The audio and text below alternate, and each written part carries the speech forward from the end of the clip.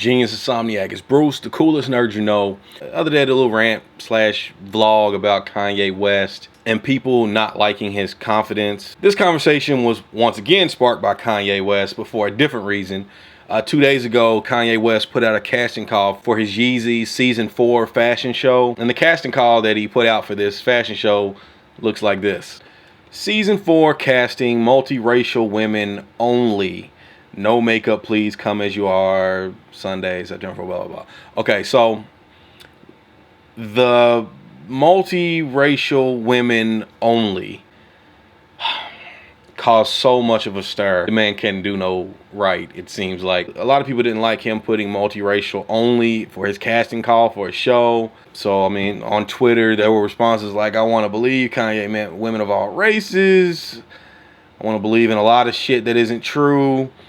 I don't know how to word it. Creepishly fetishizing, given that he's got multiracial kids, which doesn't make sense. So, because he wants multiracial women in his show, that's like a fetish for his own kids. Come on, people, that doesn't make any sense. The explanation is going to be horrid. Watch him say his vision is about future and or racial harmony. And then one person who took up for Kanye was darker men and women can be multiracial. Y'all know. Here's what I take from this. He's doing a fashion show and he wants a particular look for the women in his fashion show. The end. What? I don't get it. Why?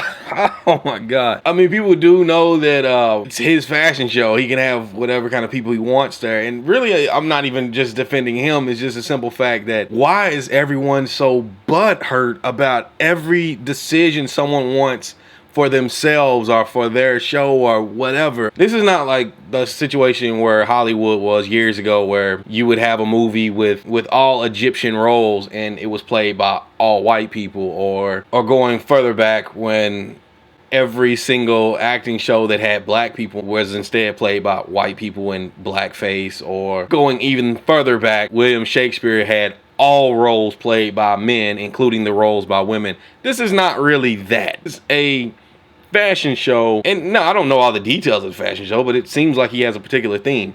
But to be honest, I really don't care for real about that.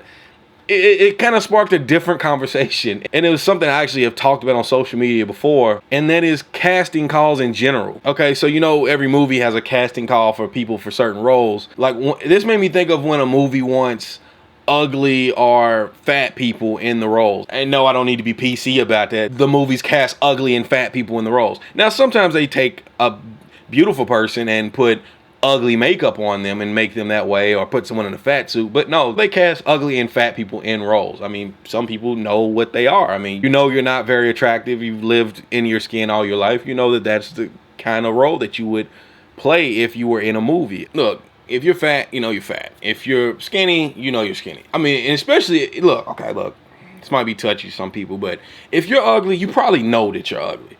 You can pretend that you're not ugly, but you probably know that you're ugly. You know what I'm saying? Like, you look in that mirror every day. You know if you're ugly or not. And I'm not going to be PC and say, oh, everyone's beautiful, whatever. Some people are what we generally describe as being ugly people. It's nothing wrong with being ugly.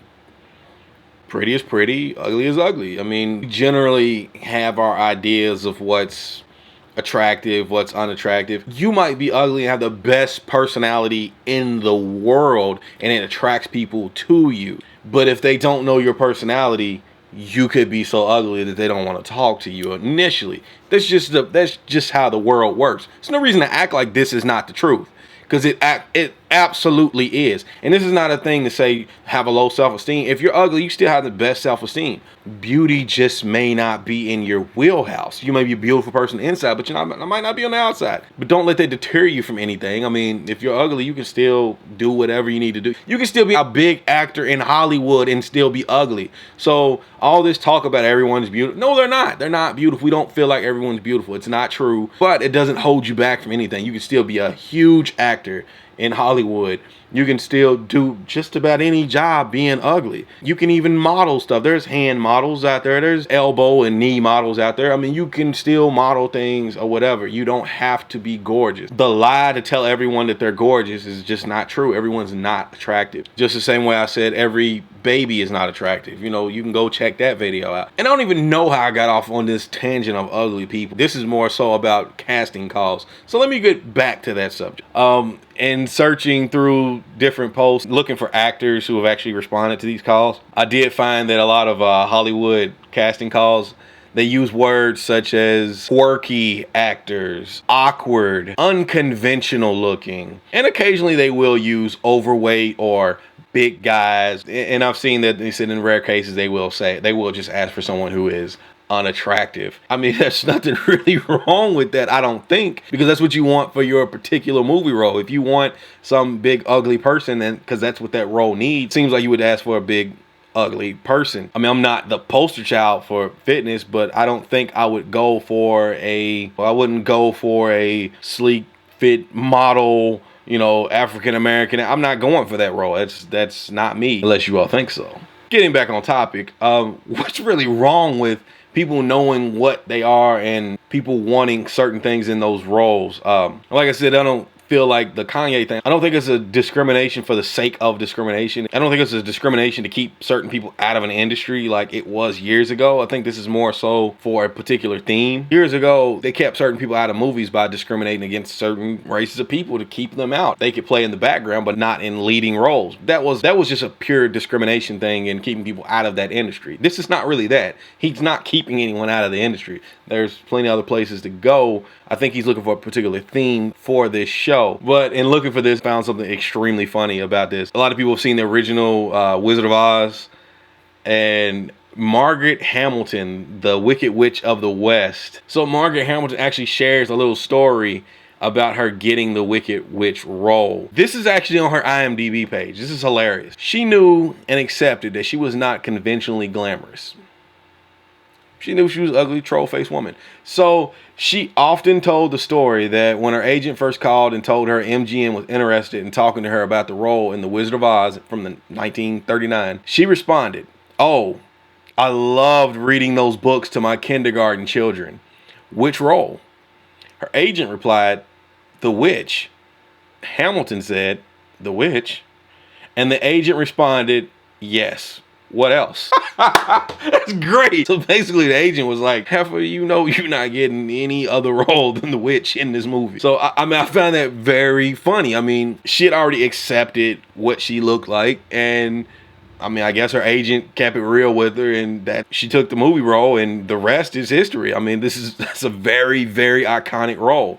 But I did find another one in here that was extremely funny as well. You ever seen the 1972 movie Deliverance? Billy Redden, he was the kid that played the dueling banjo scene in the movie Deliverance. Banjo boy, he's not conventionally glamorous himself. It's funny how he got the role as the banjo boy in the movie Deliverance. And from his IMDb page, at the age of 16, the boy from Rabun County, Georgia, was the only authentic local, and they say authentic, local to play the role of the banjo boy in the movie Deliverance. He was handpicked from his local elementary school, largely due to his look. And his look is described as, you'll love this, his large head, skinny body, odd-shaped eyes, and moronic grin